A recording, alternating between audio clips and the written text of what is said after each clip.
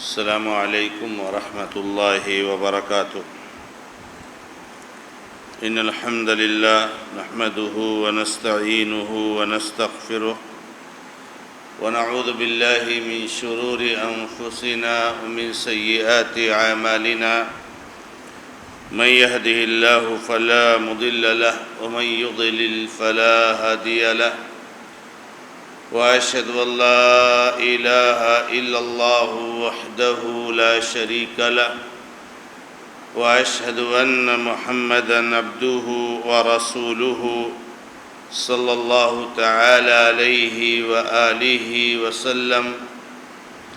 أعوذ بالله من الشيطان الرجيم، بسم الله الرحمن الرحيم۔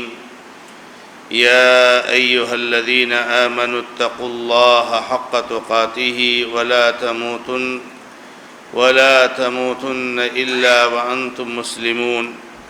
يا أيها الناس اتقوا ربكم الذي خلقكم من نفس واحدة وخلق منها زوجها وبث منهما رجالا كثيرا ونساء واتقوا الله الذي تساءلون به والأرحام إن الله كان عليكم رقيبا۔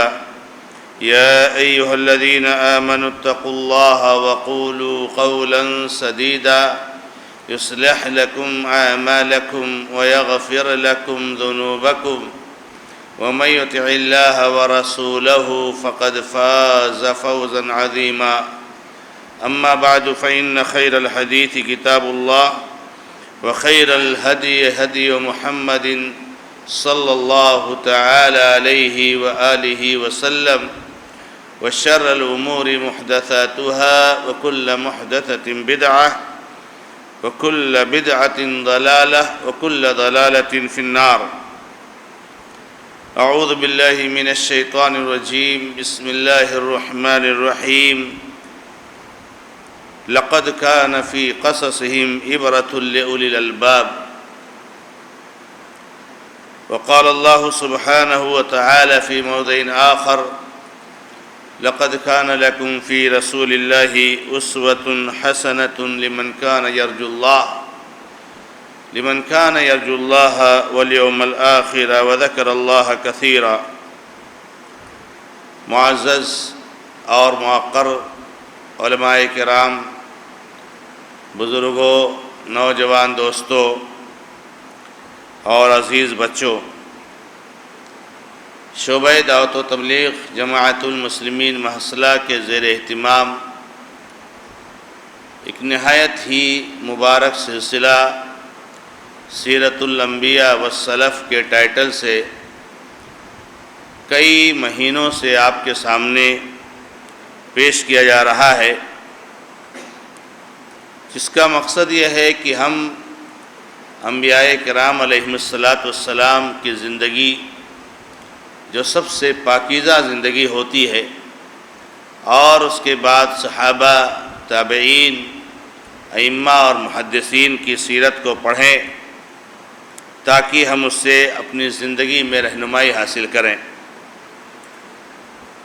انبیاء کرام کی سیرت کو ذکر کرنے کے بعد اللہ کے آخری نبی محمد رسول اللہ صلی اللہ تعالی علیہ وآلہ وسلم کی سیرت کے تذکرہ کا سلسلہ چل رہا ہے، اور الحمدللہ آپ کی زندگی کا ایک اہم حصہ جو مکی زندگی ہے وہ آپ کے سامنے مکمل طور سے بیان کی جا چکی ہے، اور مکی زندگی سے بدل کر جو مدنی زندگی آپ کی شروع ہوتی ہے، اور آپ نے جو ہجرت کی ہے، واقع ہجرت آپ کے سامنے یہ واقعہ پیش کیا جا رہا ہے۔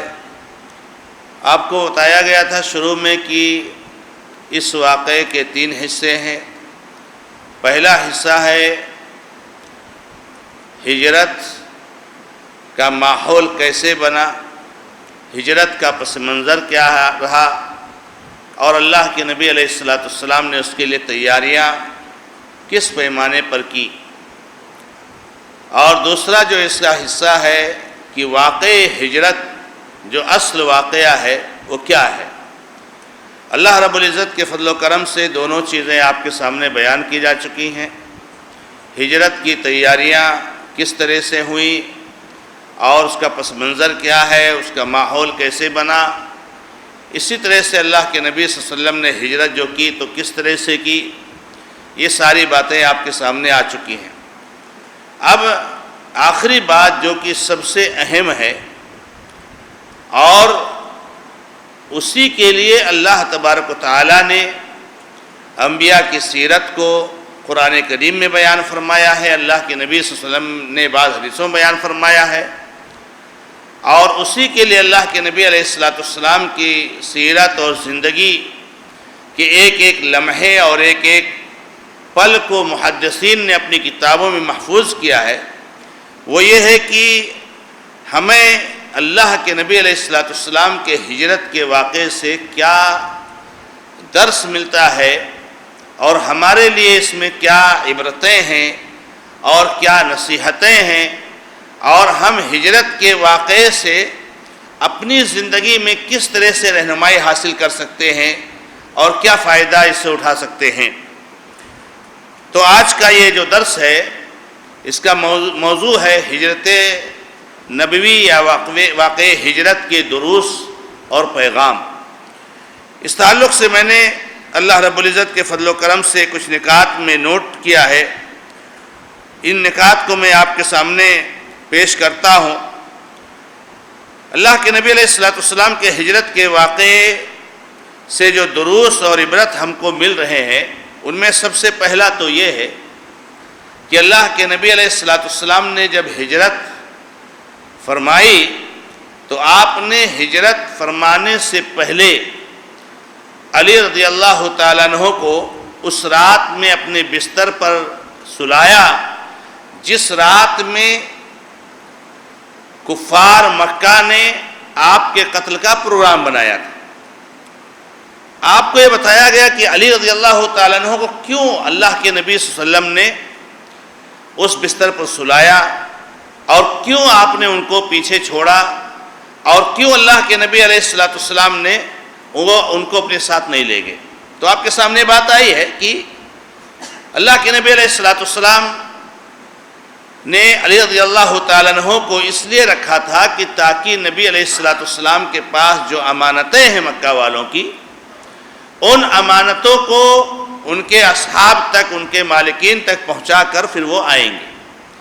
اس میں ہمارے لیے دو نصیحت، دو عبرت۔ ایک تو یہ ہے کہ اللہ کے نبی صلی اللہ علیہ وسلم کا اخلاق کتنا اونچا تھا اور اللہ کے نبی علیہ السلام کا تعامل مکہ والوں کے ساتھ کتنا اونچا تھا کہ نبی صلی اللہ علیہ وسلم سے ہر طرح سے دشمنی کرنے کے باوجود اللہ کے نبی صلی اللہ علیہ وسلم کو امانت دار مانتے تھے۔ اور یہ تو معروف اور مشہور ہی ہے کہ اللہ کے نبی علیہ السلام کو کفار مکہ نے جس لقب سے ملقب کیا تھا وہ امین اور صادق کا لقب تھا۔ آپ سوچئے کہ کتنے کٹر وہ دشمن تھے نبی علیہ السلام کے، یعنی آپ کے جانی دشمن تھے اور آپ کے قتل کا پروگرام بنایا تھا اس رات میں، اور اللہ کے نبی علیہ السلام کو اس دنیا سے ختم کرنا چاہتے تھے، لیکن دوسری طرف آپ کے اخلاق سے بہت متاثر تھے۔ اب دین کو قبول کرنے میں جو بھی رکاوٹیں رہی ہوں، لیکن نبی علیہ السلام کی ذات سے متعلق ان کا یہ نظریہ تھا کہ آپ کے پاس ہماری امانتیں محفوظ ہیں، ہماری چیزیں محفوظ ہیں۔ اب یہاں پر سوال یہ ہے کہ کیا آج ہمارا یہ اخلاق ہے کہ غیر مسلم ہم سے مذہب کا اختلاف رکھتے ہوئے، ہمارے مذہب کا کٹر دشمن ہوتے ہوئے، کیا وہ ہمارے اخلاق سے، ہمارے عادات سے، ہماری امانت داری سے مطمئن ہے؟ معاشرے اور سماج میں میرے بھائیوں، ہمارے مسلمان بھائی نماز تو زیادہ پڑھ لیتے ہیں، روزہ تو زیادہ رکھ لیتے ہیں، تلاوت تو زیادہ ہم لوگ کر لیتے ہیں، لیکن جو اخلاق کا معاملہ ہے اور لوگوں کے ساتھ تعامل کا معاملہ ہے وہ بہت خطرناک ہے، بہت خراب ہے۔ یہاں تک کہ ہمارے ہی کچھ بہت سارے بھائی یہ کہتے ہیں، یعنی میں نہیں اس پر اتفاق رکھتا ہوں، اور لیکن بات آپ کے سامنے کہنا اس لیے مناسب سمجھتا ہوں کہ آپ مسئلے کی نزاکت کو سمجھیں کہ ہمارے بھائی بہت ایسے کہتے ہیں کہ کہ مولانا غیر پر ہم اعتماد کر لیں گے لیکن مسلمان پر اعتماد نہیں کریں گے، غیر پر اعتماد کر لیں گے لیکن مسلمان پر اعتماد نہیں۔ ایک مسلمان پر اعتماد کرنے کے لیے تیار نہیں ہے، ایک مسلمان کو امانت دار سمجھنے کے لیے تیار نہیں ہے، تو غیر کیسے ہم کو امانت دار سمجھے گا؟ اب ظاہر سی بات ہے کہ یہ جو ماحول بنا اور یہ جو نظریہ بنا اور یہ جو لوگوں کی سوچ بنی ہمارے اپنے اخلاق اور کردار کی وجہ سے۔ تو اللہ کے نبی علیہ السلام کی طرح سے ہم کو اخلاق اور عادات پیدا کرنے اور اس کے جو ہے اس کا مظاہرہ کرنے کی ضرورت ہے۔ اور دوسری بات کہ اللہ کے نبی علیہ السلام کو دیکھیے تو دشمنان کی بات ہوئی، کفار مکہ کی بات ہوئی، اللہ کے نبی علیہ السلام نے لوگوں کی امانت رکھی ہوئی تھی، اور آپ نے ان امانتوں کو واپس رکھنے کے لیے، اگر یہ کہوں تو مبالغہ نہیں ہوگا یا غلط نہیں ہوگا، کہ نبی صلی اللہ علیہ وسلم نے علی رضی اللہ تعالیٰ عنہ کی جان کو خطرے میں ڈالا، جان کو خطرے میں ڈالا۔ ظاہر سی بات ہے لوگ ننگی تلوار لے کر کے دروازے کے سامنے کھڑے ہیں اور اسی تاک میں ہے کہ کب موقع مل جائے اور تلوار چلا دے۔ اس بستر پر نبی صلی اللہ علیہ وسلم تعالیٰ عنہ کو سلاتے ہیں، اور یہاں پر یہ خطرہ تھا کہ کوئی تلوار چل جائے اور رضی اللہ تو قربان ہو جائے اور شہید ہو جائے، قتل ہو جائے۔ نبی علیہ السلام نے کیوں اتنا بڑا قدم بڑھایا اور اقدام کیا؟ کہ تاکہ جس کی جو امانت ہے اس تک پہنچ جائے۔ آپ یہ کہہ سکتے تھے کہ تم لوگوں نے میری جان کو مارنے کا جو ہے فیصلہ کیا ہے اور میری جان کے پیچھے پڑے ہو، میں کسی کو کچھ نہیں دوں گا، تم لوگ میرے جانی دشمن ہو۔ آج اگر ہمارے پاس کسی کا کچھ پیسہ کچھ امانت رکھا ہے تو رکھنے والا یہ ڈرتا ہے اور گھبراتا ہے کہ کہیں مولانا مجھ سے ناراض نہ ہو جائے ورنہ میری مان چلی جائے گی، ناراض نہ ہو جائے ورنہ میرا پیسہ چلا جائے گا۔ یعنی آدمی یہ گھبراتا ہے، ڈرتا ہے۔ لیکن اللہ کے نبی علیہ السلام کو دیکھیے میرے بھائیوں کہ نبی علیہ السلام کے جانی دشمن، ان کی امانتیں آپ کے پاس رکھی ہوئی ہیں، لیکن نبی علیہ السلام ان امانتوں کو کما حق ہو ان کے صاحب اصحاب تک پہنچانے کے لیے پوری آپ ترتیب بنا رہے۔ اس سے کیا پتہ چلا کہ ہمارا کوئی آدمی ہم سے کتنا ناراض ہو جائے، ہم کسی سے کتنا ناراض ہو جائے، لیکن جو اس کا حق ہے ہمارے اوپر یا ہمارے پاس، اس حق کو ہمیں پہنچانے کی کوشش کرنی چاہیے، کیونکہ اس حق سے متعلق اللہ تبارک و تعالیٰ کے یہاں ہم اور آپ جواب دہ ہیں۔ اسی طریقے سے میرے بھائیوں فوائد اور دروس اور عبر میں سے ایک بہت اہم عبرت اور نصیحت ہمارے لیے ہے کہ کسی کام کے کرنے سے پہلے اس کی پلاننگ کی جائے، اس کی ترتیب بنائی جائے۔ عام طور سے لوگ یہ سمجھتے ہیں کہ اللہ کے نبی علیہ السلام اٹھے اور ہجرت کر گئے، چل پڑے مدینہ کی طرف۔ نہیں، ایسا نہیں ہے۔ اگر آپ نے اس واقعے کے پہلے درس میں شرکت کی ہوگی تو آپ کو پتہ چلے گا کہ نبی صلی اللہ علیہ وسلم نے ہجرت کی تیاری، نبی صلی اللہ علیہ وسلم نے ہجرت کی پلاننگ، نبی صلی اللہ علیہ وسلم نے ہجرت کی ترتیب 2 سال پہلے سے شروع کی تھی۔ 2 سال پہلے سے اللہ کے نبی علیہ السلام نے اس کی ترتیب بنائی تھی۔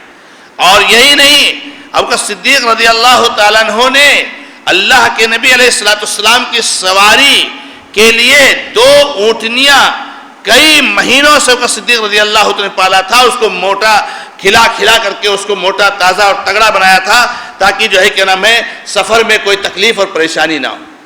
تو پلاننگ کرنا اور ترتیب بنانا یہ ہماری اور آپ کی بہت بڑی ذمہ داری ہے۔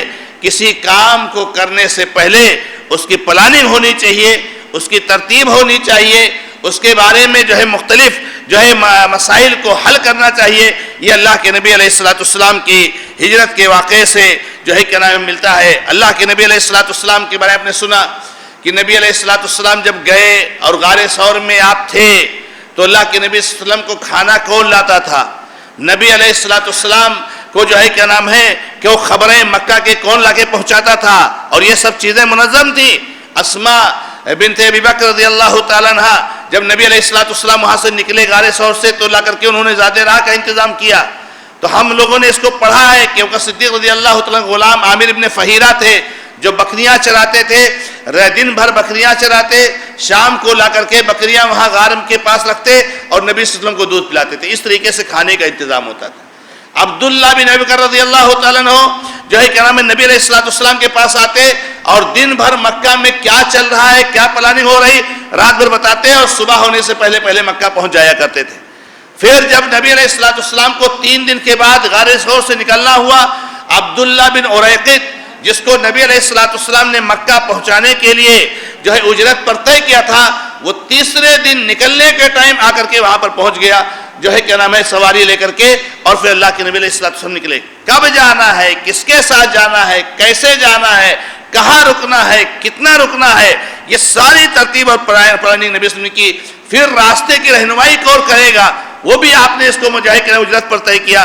تو میرے بھائیوں، یہ بہت اہم چیز ہے کہ آدمی کوئی کام کرنے سے پہلے اس کی پلاننگ کرے، اس کی ترتیب بنائے۔ اسی طریقے سے ہجرت کے واقعے کے عبر اور نصیحتوں میں سے، دروس میں سے ہے کہ وسائل اور ذرائع کو حاصل کرنا یہ بہت ضروری ہے۔ وسائل اور ذرائع کو حاصل کرنا بہت ضروری ہے۔ ہم کسی بھی کام کو کرنا چاہتے ہیں تو اس کے لیے وسائل اور ذرائع کو فراہم کریں، اس کو حاصل کریں، اور جو ہے کیا نام ہے اس کے بعد اللہ تبارک و تعالیٰ پر توکل اور بھروسہ کریں، اس کام کو جو ہے شروع کریں۔ اللہ کے نبی علیہ السلام کے اس تعلق سے حدیث بھی ہے کہ نبی علیہ السلام کے پاس ایک صحابی آئے اور انہوں نے پوچھا، اللہ کے نبی علیہ السلام، ہم اپنے اونٹ کو باندھیں اور اس کے بعد توکل کریں، اللہ تعالیٰ پر بھروسہ کریں، یا اونٹ کو چھوڑ دیں لوگوں کے بیچ میں گھومتا پھرے اور اس کا اللہ پر توکل کریں؟ تو نبی صلی اللہ علیہ وسلم نے اس کو باندھو۔ تو اونٹ کو باندھنا یہ وسیلہ ہے، اونٹ کو باندھنا یہ ذریعہ ہے۔ آپ معاش کے لیے آپ وسیلہ پیدا کیجئے، آپ جو ہے کیا نام ہے بیماری ہے تو اس بیماری کو ختم کرنے کے لیے ذریعہ اپنائیے، آپ علاج کرائیے، آپ جو ہے آخرت کے لیے تیاری کیجئے، محنت کیجئے، کوشش کیجئے، اعمال صالحہ انجام دیجئے۔ وسائل ہے، یہ ذرائع ہیں۔ تو وسائل اور ذرائع کو حاصل کرنے کے بعد جو ہے اللہ تبارک و تعالیٰ پر مکمل توکل اور بھروسہ ہونا چاہیے۔ تو وسائل اور ذرائع فراہم کرنا اور حاصل کرنا بہت ضروری ہے۔ سواریاں ہو، کھانا ہو، راستے کی رہنمائی کرنے کا مسئلہ ہو، یہ ساری چیزیں اللہ کے نبی علیہ السلام کے واقع ہجرت میں ہمیں اسی بات کی طرف لے جاتی ہیں کہ وسائل اور ذرائع فراہم کرنا جو ہے انسان کے لیے ضروری ہے۔ بہت بڑی بیوقوفی ہوگی انسان کی کہ آدمی وسائل کو اختیار نہ کرے اور اللہ تبارک و تعالیٰ سے امید رکھے کہ اللہ مجھے روزی دے گا۔ اللہ تعالیٰ نے آپ کی روزی کی ذمہ داری لی ہے، مگر اللہ تعالیٰ نے آپ کو حکم دیا ہے کہ آپ ہاتھ پاؤں مارو، آپ حرکت کرو، آپ کوشش کرو، آپ محنت کرو۔ اللہ کے نبی علیہ السلام کیا فرماتے ہیں؟ احرص علی ما ینفعک، آپ کے لیے جو چیزیں نفع بخش ہے اس کے لیے خوب حریص رہو، خوب محنت کرو، ولا تعجز، ہمت نہ ہارو۔ تو اللہ تبارک و تعالیٰ نے ہمیں اور آپ کو یہ تعلیم دی ہے اور یہ تلقین کی ہے کہ مسائل و ذرائع کو فراہم کریں۔ اسی طریقے سے میرے بھائیوں، یہ بات بھی ہم کو معلوم ہوتی ہے ہجرت کے واقعے سے کہ اہم چیزوں کو صیغہ راز میں رکھنا چاہیے۔ ہمارے کچھ بھائی ایسے ہوتے ہیں کہ ان کے پیٹ میں کوئی چیز رکتی نہیں ہے، کوئی بھی پلاننگ کوئی چیز ہے کسی ادھر بیان کر دیں گے، ادھر بیان کر دیں گے، اور حالات تو یہ ہوتے ہیں کہ ہمارے اپنے جماعت اور جمعیت اور گاؤں اور سماج کے بہت سارے مسائل، بہت سارے میٹنگ، بہت سارے مشورے، بہت ساری چیزیں لوگ جا کر کے غیروں سے بیان کر دیتے ہیں یا غیروں کے سامنے اس کی باتوں کو رکھ دیتے ہیں، ہماری راز کی باتوں کو غیروں کے سامنے کھول دیتے ہیں۔ میرے بھائیوں، اللہ کے نبی علیہ السلام نے 2 سال سے ہجرت کی تیاری کی۔ اللہ کے نبی علیہ السلام کا پکا پروگرام تھا، اللہ رب العزت کے حکم کا صرف انتظار تھا، لیکن ہجرت کے بارے میں قطعی جو ہے کیا نام ہے وہ تفصیل اور قطعی اس کا ارادہ اور قطعی اس کا سفر ابوبکر صدیق کو بھی نہیں معلوم تھا۔ ابوبکر صدیق رضی اللہ تعالیٰ عنہ نبی علیہ السلام کے کتنے قریبی تھے، لیکن نبی علیہ السلام کا جب اللہ کی طرف سے حکم آ گیا تب دوپہر میں نبی صلی اللہ علیہ وسلم صدیق کے گھر پہ گئے اور اللہ کے نبی صلی اللہ علیہ وسلم نے کہا ابوبکر صدیق مجھے جو ہے ہجرت کرنے کی اجازت مل گئی ہے، اب میں ہجرت کے سفر پر جا رہا ہوں۔ تب وہاں ابوبکر صدیق رضی اللہ تعالیٰ عنہ کا صحبت یا رسول اللہ، اے اللہ کے نبی صلی اللہ علیہ وسلم ہم بھی آپ کے ساتھ چلنا چاہتے ہیں۔ اسی طریقے سے ہجرت کے واقعے کے عبر اور نصیحتوں میں سے ہے میرے بھائیوں کہ دین کے راستے میں مصائب، مشکلات، پریشانیوں اور تکلیفوں کا آنا بالکل لازمی چیز ہے میرے بھائیوں۔ اگر آپ حق پر ہیں، آپ جو ہے کیا نام ہے اللہ تعالیٰ کی توحید پر ہیں، آپ اللہ کے نبی صلی اللہ علیہ وسلم کی سنت پر عمل کرتے ہیں، آپ سچائی پر ہیں تو آپ کے راستے میں تکلیفیں، پریشانیاں، مصائب، مشکلات، رکاوٹیں، اڑچنیں، یہ ساری چیزیں آئیں گی۔ اللہ کے نبی علیہ الصلوۃ والسلام کی زندگی کو دیکھیے، کتنی تکلیف اور کتنی پریشانیاں، کہ بہت سارے لوگوں کے ذہن میں یہ بات ہوتی ہے کہ ہم تو نماز پڑھتے ہیں، ہمارے اوپر کیوں مصیبت آتی؟ ہم تو اللہ کی توحید پر ہیں، ہم تو نبی صلی اللہ علیہ وسلم کی سنت پر ہیں، تو بدعتوں سے دور ہیں، اللہ تعالیٰ ہمیں کیوں بیماری دے رہا ہے، اللہ تعالیٰ ہمیں کیوں تکلیفیں دے رہا ہے؟ میرے بھائیوں، اللہ کے راستے میں جو چلتا ہے اور جو جتنا زیادہ نیک ہوتا ہے اس کے سامنے اتنے ہی مصائب اور مشکلات آتے ہیں۔ اور یہ تو اللہ کے نبی علیہ الصلوۃ والسلام کی حدیث سے بھی منسوخ ہے کہ نبی علیہ الصلوۃ والسلام سے جب پوچھا گیا کہ اللہ کے نبی علیہ الصلوۃ والسلام سے سوال کیا گیا کہ ای الناس اشد بلاء، کہ اللہ کے نبی علیہ الصلوۃ والسلام سب سے زیادہ مصیبت کس پر آتی ہے، سب سے زیادہ مصیبت کس پر آتی ہے؟ تو اللہ کے نبی علیہ السلام الانبیاء ثم الامثل فالامثل، سب سے زیادہ مصیبت اور پریشانی نبیوں پر آتی ہے، اور پھر جو جتنا نیک ہوتا ہے۔ تو مسلمان ہونے کا مطلب یہ نہیں ہے، توحید اور سنت پر ہونے کا مطلب یہ نہیں ہے، نماز پڑھنے کا مطلب یہ نہیں ہے کہ آپ مصیبتوں سے محفوظ رہو گے، مسائل سے محفوظ رہو گے، مشکلات سے محفوظ رہو گے۔ میرے بھائیوں، مصائب اور مشکلات یہ آنا لازمی چیز ہے۔ اسی طریقے سے ایک بہت اہم مسئلہ جو ہے یہ معلوم ہوتا ہے کہ جب آپ کسی کام کے کرنے کے لیے ہر طرح سے تیاری کر لیں، ہر طرح سے وسائل اور ذرائع فراہم کر لیں، اب اس کے بعد آپ مکمل بھروسہ اللہ تعالیٰ پر رکھیں۔ آپ نے وسائل و ذرائع فراہم کی، آپ نے تیاری کی، بس خلاص اب رزلٹ جو ہے اللہ رب العزت کے اوپر ہے اور بھروسہ اللہ تعالیٰ پر ہونا۔ دیکھیے نبی صلی اللہ علیہ وسلم کے واقعے میں کتنی بڑی چیز ہے کہ اللہ کے نبی صلی اللہ علیہ وسلم سال 2 سال سے تیاریاں کر رہے ہیں، ساری چیزیں، ساری ترتیب آپ نے بنائی، ہر وسیلہ ذریعہ آپ نے حاصل کیا، سب کچھ کیا۔ جب غار ثور میں آپ بیٹھے ہوئے تھے اور وہ صدیق رضی اللہ تعالیٰ عنہ تھے، تو اللہ کے نبی علیہ الصلوۃ والسلام کو ڈھونڈنے والے جب آئے اور صدیق رضی اللہ تعالیٰ عنہ نے کہا کہ نبی صلی اللہ علیہ وسلم اگر یہ لوگ نگاہ نیچی کریں، نیچے طرف دیکھ لیں تو ہم نظر آ جائیں گے۔ نبی صلی اللہ علیہ وسلم کو جیسے لگتا ہے کہ کوئی ٹینشن ہی نہیں، ایک دم مطمئن، کہا یا ابا بکر ما ظنک باثنین اللہ ثالثہما، اے بکر تم کیوں ٹینشن لے رہے ہو؟ تمہارا جو ہے کیا نام ہے، کیا خیال ہے ان 2 آدمیوں کے بارے میں جس کے ساتھ اللہ ہے؟ یعنی یہ توکل اللہ تبارک و تعالیٰ پر کہ ہم نے ہر طرح سے محنت کی، تیاری کی، ترتیب بنائی، سارے وسائل اور ذرائع فراہم کیا، اب اس کا رزلٹ اللہ رب العزت کے حوالے ہے، اب اللہ تعالیٰ پر بھروسہ ہے۔ تو وسائل اور ذرائع کو اختیار کرنے کے بعد اللہ تعالیٰ پر مکمل بھروسہ ہونا چاہیے۔ اللہ تعالیٰ نے اس کا تذکرہ قرآن کریم میں بھی کیا، اِلَّا تَنْصُرُوهُ فَقَدْ نَصْرَهُ اللَّهُ اِذْ أَخْرَجَهُ الَّذِينَ كَفَرُوا ثَانِيَ اثْنَيْنِ اِذْ هُمَا فِي الْغَارِ اِذْ يَقُولُ لِصَاحِبِهِ لَا تَحْزَنْ إِنَّ اللَّهَ مَعَنَا۔ اللہ تعالیٰ نے صحابہ کرام کو کہا ہے، صحابہ ارے اگر تم نبی صلی اللہ علیہ وسلم کی مدد نہیں کرو گے تو اللہ تعالیٰ مدد کرے گا، اگر تم نبی صلی اللہ علیہ وسلم کو سپورٹ اور سہارا نہیں دو گے، نبی صلی اللہ علیہ وسلم کا ساتھ نہیں دو گے، نبی صلی اللہ علیہ وسلم کا تعاون نہیں کرو گے تو نبی صلی اللہ علیہ وسلم تمہارے تعاون کے محتاج بھی نہیں ہے۔ اللہ تبارک و تعالیٰ نبی صلی اللہ علیہ وسلم کی مدد کرنے والا ہے۔ ارے اللہ تعالیٰ نے تو اس وقت مدد کی جب 2 آدمی تھے۔ کتنے آدمی تھے؟ آج تو تم بہت زیادہ ہو، یہ مدینہ میں آنے کے بعد صحابہ کی تعداد بڑھ گئی، آج تو تمہاری تعداد بہت زیادہ ہے، بدر کا موقع ہو، احد کا موقع ہو، خندق کا موقع ہو، حنین کا موقع ہو، فتح مکہ کا موقع، تمہاری تعداد بہت زیادہ ہے۔ پہلے تو 2 آدمی تھے، 2 آدمی اور پورا مکہ آپ کے خلاف، اور آپ کو ڈھونڈنے والوں کی فوج ادھر ادھر گھوم رہی ہے، گھوڑوں سے اور اونٹوں سے اور پیدل ہر طرح سے ڈھونڈ رہے ہیں۔ تو اللہ تعالیٰ نے کہا کہ اللہ تعالیٰ نے اس وقت مدد کی، اللہ تعالیٰ آج بھی مدد کرے گا، تو اللہ تعالیٰ نے اس کا تذکرہ فرمایا۔ اسی طریقے سے میرے بھائیوں، دروس اور عبر میں سے ایک بہت اہم درس یہ ہے کہ جب اللہ کا بندہ اللہ کے راستے میں اللہ پر توکل کرتے ہوئے، بھروسہ کرتے ہوئے نکلتا ہے اور اللہ تبارک و تعالیٰ پر بھروسہ کرتا ہے اپنی زندگی کے معاملات میں، تو اللہ تبارک و تعالیٰ کی مدد اور اللہ تعالیٰ کی تائید حاصل ہوتی ہے۔ اللہ تعالیٰ مدد کرتا ہے اپنے بندوں کی، اللہ تعالیٰ ان کی جو ہے کہ نام نصرت کرتا ہے۔ اللہ رب العزت نے اس کو قرآن کریم میں بیان فرمایا ہے، ان تنصروا اللہ ینصرکم، لیکن ضروری ہے میرے بھائیوں کہ ہم اللہ تبارک و تعالیٰ کی راہ میں رہیں، اللہ تبارک و تعالیٰ پر ہمارا بھروسہ ہو، اللہ کے دین پر رہیں تو اللہ تبارک و تعالیٰ مدد کرتا ہے۔ اللہ رب العزت نے جو ہے ہر طرح سے اللہ کے نبی علیہ السلام کی مدد کی. اب مدد کے کتنے واقعات اس میں ہیں. ہجرت کے واقعے میں بتائیے کہ نبی علیہ السلام اپنے گھر سے نکل رہے ہیں اور ننگی تلواریں لوگ لے کر کے کھڑے ہیں.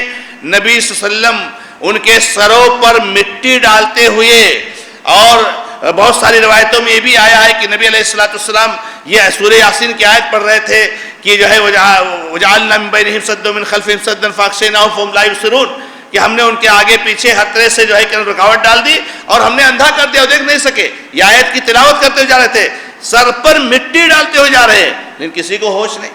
یہ کس نے مدد کی؟ اللہ تعالیٰ نے مدد کی.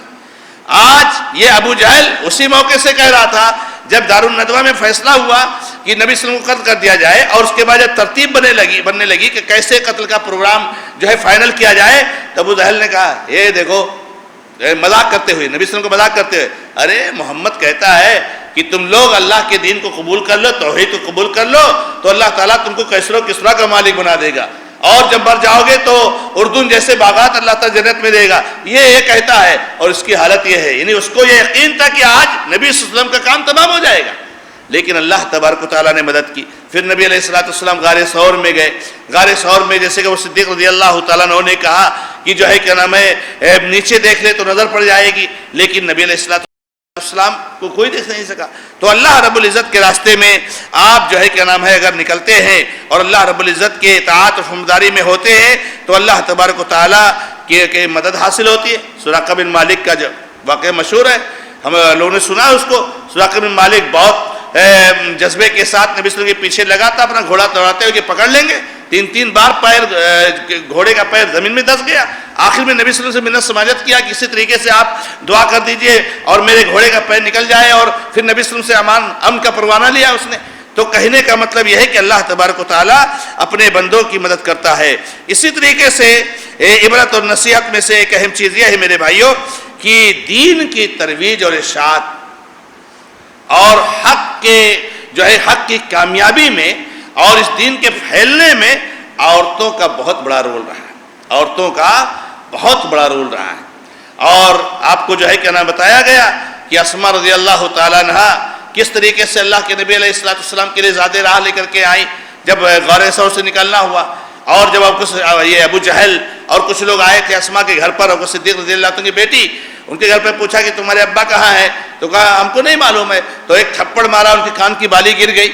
تو بہت قربانیاں جو ہے کیا نام ہے اس دین کو پھیلانے میں ہماری ماں اور بہنوں نے اور خواتین نے دیا ہے. تو جو ہے یہ خواتین کو چاہیے کہ وہ اس سے عبرت اور نصیحت حاصل کریں کہ ہم سے پہلے خواتین نے کس طریقے سے دین کے لیے قربانیاں دی ہیں، اور بہت تفصیلی جو ہے کیا نام وہ چیز ہے. اور اسی طریقے سے جو ہے کیا نام ہے اسماء رضی اللہ عنہ جو آخر میں آئی غار ثور سے نکلنے کے ٹائم کھانا لے کر کے، اور پھر اس کے بعد غار ثور پر چڑھ کے گئیں. اور روایتوں میں یہ بات موجود ہے کہ اس وقت حاملہ تھی، حمل سے تھی، اور وہ بھی ولادت کے قریب تھی. آپ بتائیے غار ثور میں آج کا نوجوان ایک اچھا خاصا صحت مند تندرست آدمی جو ہے نہیں چڑھ پائے گا. اتنا پر خطر ہے اور اتنا جو ہے کیا نام ہے عجیب و غریب اس کا راستہ آج کے وقت میں جو ہے کیا نام ہے آسان نہیں ہے. ایک عورت اس حالت میں وہ بھی رات میں آ کر کے چڑھ کر کے جائے، یہ بہت بڑی قربانی ہے. تو خواتین نے اس دین کے لیے بہت ساری قربانیاں دی ہیں. اور اسی طریقے سے ایک اہم فائدہ یہ معلوم ہوتا ہے میرے بھائیوں کہ دین کے راستے میں اللہ کی رضا کی خاطر محبوب سے محبوب ترین چیز کی قربانی آپ کو دینی پڑے گی. آدمی آج چاہتا ہے کہ ہم حق پر رہیں، ہم کتاب و سنت پر چلیں، اور ہم کو کسی چیز کی قربانی نہ دینی پڑے، لوگوں کی باتیں نہ سننی پڑے، لوگوں کی جو ہے سازشوں کا ہم کو شکار نہ ہونا پڑے. اس لیے وہ دین کو حق کو چھوڑنے کی کوشش کرتا ہے. لیکن آپ کو معلوم ہونا چاہیے کہ دین کے راستے میں، حق کے راستے میں آپ کو محبوب سے محبوب ترین چیز کی قربانی دینی پڑے گی. اللہ کے نبی علیہ السلام مکہ سے بہت تکلیف سے نکلے، بہت تکلیف سے نکلے. 13 سال تک نبی علیہ السلام رہے اور ان کی تکلیفوں کو جھیلتے رہے. آخر میں جب نکلے آپ اور مکہ کے باہر جب پہنچے تو آپ نے مکہ کی طرف دیکھ کر کے بڑی حسرت بھری نگاہوں سے کہا انک لخیر ارض اللہ، اے مکہ تو زمین کی سب سے بہترین جگہ ہے. اگر میری قوم مجھے نکلنے پر مجبور نہ کرتی تو میں نہیں نکلتا، میں مکہ سے نہیں نکلتا. آپ نے اپنے گھر کی قربانی، اپنے خاندان کی قربانی، اپنے گاؤں کی قربانی، ساری چیزوں کی قربانی نبی علیہ السلام نے اور صحابہ کرام نے، ابو بکر صدیق رضی اللہ تعالیٰ عنہ دیگر صحابہ نے کیا۔ تو دین کے راستے میں، حق کے راستے میں آپ کو محبوب سے محبوب ترین چیزوں کی قربانی دینی پڑے گی، اس کا جو ہے کیا نام ہے خیال رہنا چاہیے۔ اور اگر آپ بہت ساری چیزیں اس کے بارے میں جانتے ہیں اور اس کو اپنے ذہن میں لا سکتے ہیں۔ اسی طریقے سے ایک بہت اہم چیز جو ہے اس کی عبرت اور نصیحتوں میں سے ہے کہ دعوت و تبلیغ اور امر بالمعروف اور نہی عن المنکر، اور اسی طریقے سے حق کی اشاعت، اس کی ترویج اور لوگوں کو حق کی طرف دعوت میں آپس میں ایک دوسرے کا متعاون ہونا چاہیے، مدد کرنا چاہیے، جتنا آپ سے سپورٹ ہونا چاہیے ہو سکے آپ کرو۔ میرے بھائیوں، حق کا پیغام لوگوں تک پہنچانا نہ صرف امام کی ذمہ داری ہے، نہ صرف عالم کی ذمہ داری ہے، نہ جماعت اور جمعیت کے ذمہ داران کی ذمہ داری ہے، نہ صرف مالدار لوگوں کی ذمہ داری ہے، ہر ایک کی ذمہ داری ہے۔ آپ دیکھیے ہجرت کے اس واقعے میں کتنے لوگوں نے نبی صلی اللہ علیہ وسلم کا تعاون کیا اور کتنے لوگوں نے نبی صلی اللہ علیہ وسلم کا سپورٹ کیا۔ اسما بنت ابی بکر رضی اللہ عنہ، تو عامر ابن فہیرہ ہے، تو عبداللہ بن ابی بکر ہے، تو ابو بکر صدیق رضی اللہ تعالیٰ عنہ ہے، پھر علی رضی اللہ تعالیٰ عنہ ہے۔ یعنی جو جہاں جس طرح سے تعاون دے سکتا تھا وہ جو ہے تعاون انہوں نے دیا۔ تو حق کے راستے میں ایک دوسرے کو تعاون دینا چاہیے اور اس ایک دوسرے کا متعاون ہونے چاہیے، اور کسی طرح سے اس میں کوئی رکاوٹ نہیں آنا چاہیے۔ آپ مال کے اعتبار سے تعاون دے سکتے ہیں، مال کے اعتبار سے دیجئے، وقت کے اعتبار سے دیجئے، علم کے اعتبار سے دیجئے، تجربہ کے اعتبار سے دیجئے، سیاسی تعلقات کے اعتبار سے دیجئے، جس طرح سے ہو سکتا ہے۔ بہت سارے لوگوں کو دیکھا جاتا ہے کہ ماشاءاللہ نماز پڑھنے میں بہت ماشاءاللہ نشیط ہیں، چست ہیں، اور تلاوت میں، ذکر میں، لیکن کبھی دعوت و تبلیغ کے کسی مشن سے کوئی آدمی جڑا ہوا نظر نہیں آتا ہے۔ مشن سے آدمی جڑا ہوا نظر نہیں آ رہا ہے، نماز میں آگے، تلاوت میں آگے، ذکر میں آگے، لیکن جیسے کہ اسلام کی ترویج، حق کی ترویج، حق کے اشاعت، دعوت، تبلیغ، جیسے کچھ ان کو اس سے لینا دینا ہی نہیں۔ میرے بھائیوں، آدمی بغیر دعوت و تبلیغ کا حصہ بنے ہوئے وہ کامیاب نہیں ہو سکتا اللہ کے بندو۔ تو اس لیے اس میں ہمیں متعاون ہونا چاہیے۔ اللہ تعالیٰ نے فرمایا وَتَعَاوَنُوا عَلَى الْبِرِّ وَالتَّقْوَى وَلَا تَعَاوَنُوا عَلَى الْإِثْمِ وَالْعُدْوَانِ۔ اے لوگو، نیکی اور بھلائی کے کام میں تعاون دو اور برائی اور عدوان کے کام میں تعاون نہ دو۔ تو ہم حق کے کام میں متعاون بنے، ایک دوسرے کو مدد کریں، برے کاموں میں مدد نہیں کریں، برے کاموں میں مدد نہیں کرنا چاہیے، تعاون نہیں دینا چاہیے۔ اسی طریقے سے میرے بھائیوں، دروس اور عبر میں سے ایک درس یہ بھی ہے کہ اللہ کے نبی علیہ السلام نے جو یہ قربانی دی، اور نبی علیہ السلام نے جو یہ اپنا گاؤں چھوڑا، اپنا خاندان چھوڑا، اپنی ساری چیزیں چھوڑی، اللہ کے نبی علیہ السلام نے کیوں چھوڑا؟ اس سے ایک بہت بڑا درس یہ ملتا ہے کہ باطل سے کبھی سمجھوتا نہیں کیا جا سکتا، باطل سے کبھی سمجھوتا نہیں کیا جا سکتا ہے۔ باطل شرک کی شکل میں ہو، باطل بدعت کی شکل میں ہو، باطل کسی اور شکل میں ہو، باطل سے سمجھوتا نہیں کیا جا سکتا ہے۔ اگر سمجھوتا کرنے کی کوئی گنجائش ہوتی تو اللہ کے نبی علیہ السلام کر لیتے۔ اللہ کے نبی علیہ السلام کا یہ واقعہ بہت مشہور ہے، گرچہ بعض علماء نے اس کے سند میں کلام کیا ہے کہ اللہ کے نبی علیہ السلام کے سامنے جب ابو طالب نے بات رکھی تھی، لوگ ابو طالب کے پاس آئے تھے اور ابو طالب سے کہا یہ تمہارا بھتیجا کیا کیا کر رہا ہے، ہمارے معبودوں کو ایسا کہہ رہا ہے، ہمارے بتوں کو ایسا کہہ رہا ہے، اور تم اس پر کنٹرول نہیں کر رہے ہو۔ تو ابو طالب نے شروع میں جو ہے کیا نام ہے نبی علیہ السلام کو دبانے کی یا سمجھانے کی کوشش کی، اور ابو طالب نے اس تعلق سے جو ہے کہ نام ان کو نبی صلی اللہ علیہ وسلم کو سمجھایا۔ تو اللہ کے نبی علیہ السلام نے اس موقع سے کہا تھا، جو ہے کہ نام جو روایت کی جاتی ہے نبی صلی اللہ علیہ وسلم کی طرف سے، کہ اگر یہ لوگ میرے ایک ہاتھ میں سورج اور دوسرے ہاتھ میں چاند رکھ دے اور چاہے کہ میں اپنے حق کی دعوت سے دور ہو جاؤں، نہیں ہو سکتا ہے۔ کچھ بھی کر ڈالے یہ لوگ، حق کی دعوت سے میں دور ہو جاؤں، حق بات نہ بولوں، حق بات نہ کہوں، حق بات پر عمل نہ کروں، اس کے اشاعت نہ کروں، ناممکن ہے۔ تو باطل سے کبھی سمجھوتا نہیں ہو سکتا۔ یہ ہمارے اس ملک کا بہت بڑا پرابلم ہے کہ آدمی کبھی سیاست کے لیے، کبھی تجارت کے لیے، کبھی جو ہے اپنے رشتہ داری نبھانے کے لیے، کبھی اور کے لیے وہ باطل سے سمجھوتا کر جاتا ہے، باطل کو حق بولنے کی کوشش کرتا ہے، یا باطل کو پھیلانے کی کوشش کرتا ہے، یا باطل کے بارے میں نرم رویہ رکھتا ہے۔ میرے بھائیوں، ہمارے اسلاف نے باطل کے خلاف کبھی نرم رویہ نہیں رکھا ہے۔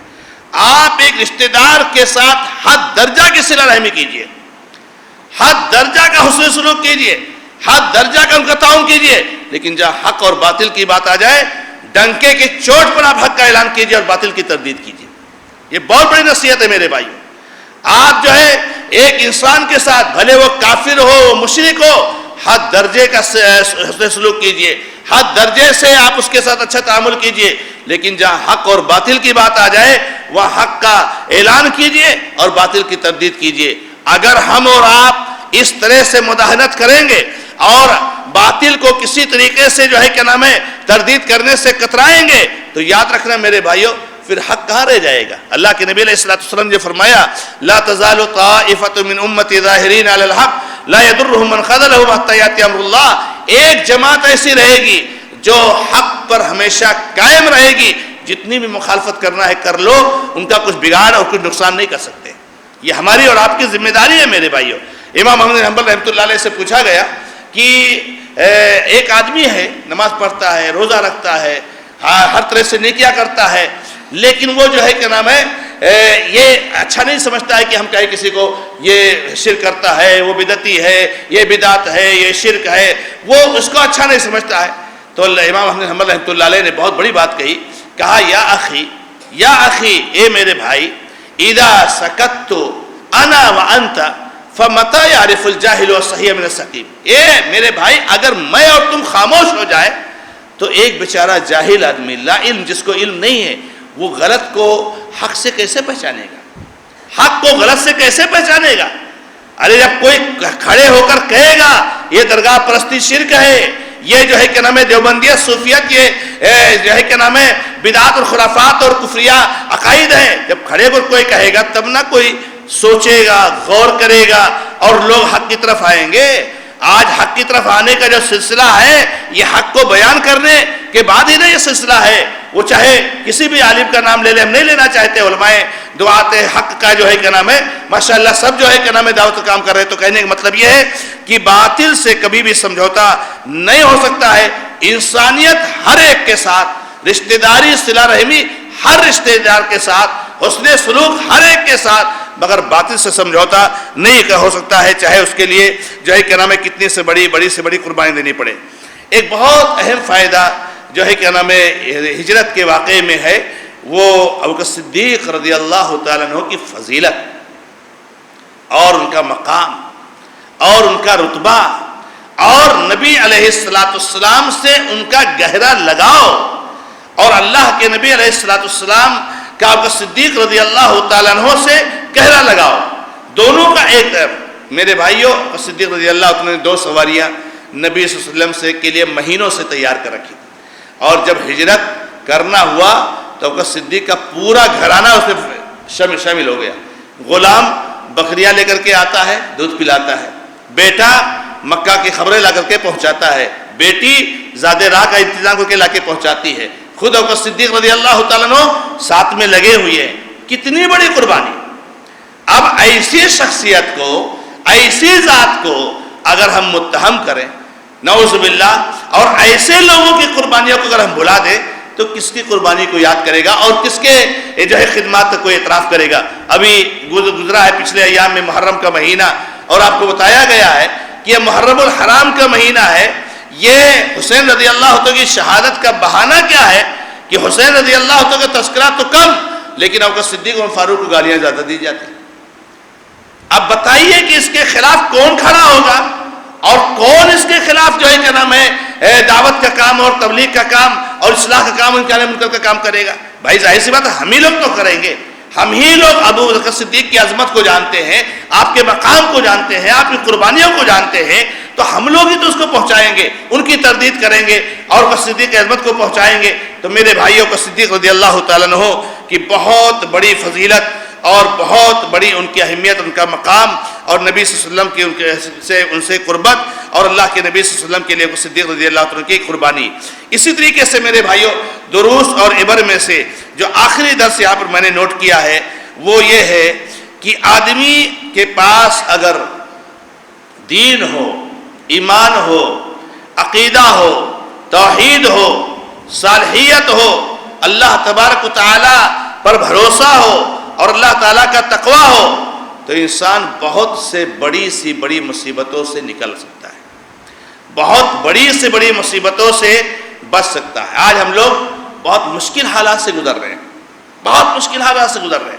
میں نے آپ کو بتایا کہ ایسے موقع پر دانشوروں کو بہت موقع ملتا ہے اور دانشور مختلف قسم کی باتیں جو ہے کرتے رہتے ہیں۔ میں نے آپ کے سامنے ایک ویڈیو کلپ کی جو ہے کیا نام ہے مثال دی کہ ہمارے کسی بھائی نے، حالانکہ وہ بیچارے نیک جذبہ سے ہی کرتے ہیں لیکن سمجھ نہیں ہے، علم نہیں ہے، جو سمجھتے ہیں سوچتے ہیں وہ چاہتے لوگ پہنچائیں۔ اتنی زیادہ یہ ویڈیو کلپ وائرل ہوئی اور میں سنا تو دنگ رہ گیا کہ انسان کی سوچ کیا ہے، آج ہمارے یہ حالات کیوں ہے میرے بھائیوں۔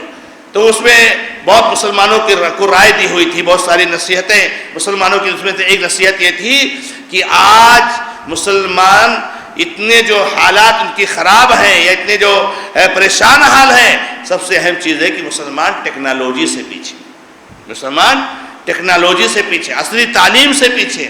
میرے بھائیوں یہ ایک شیطانی وسوسے سے زیادہ کچھ نہیں، مسلمان اصلی تعلیم سے پیچھے، مسلمان ٹیکنالوجی سے پیچھے، ایک شیطانی وسوسے سے زیادہ کچھ بھی نہیں ہے۔